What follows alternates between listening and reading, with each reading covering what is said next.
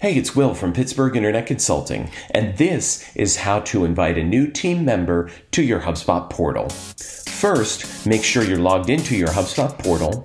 Then, go to the Settings menu by clicking the gear icon in the main navigation. On the left side menu, scroll down to Users and Teams, and as you can see, I'm the only person in this HubSpot portal, so let's create a new user by clicking the button right here. Enter the email address for your new user.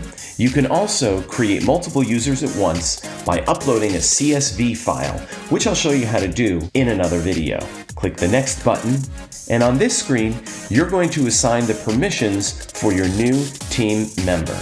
Make sure you click through each one of these tabs here on the top before clicking Next. And when you're ready, on the next screen, it's time to send your new team member the email that will invite them to your HubSpot portal. Go ahead and click Send, and that's it.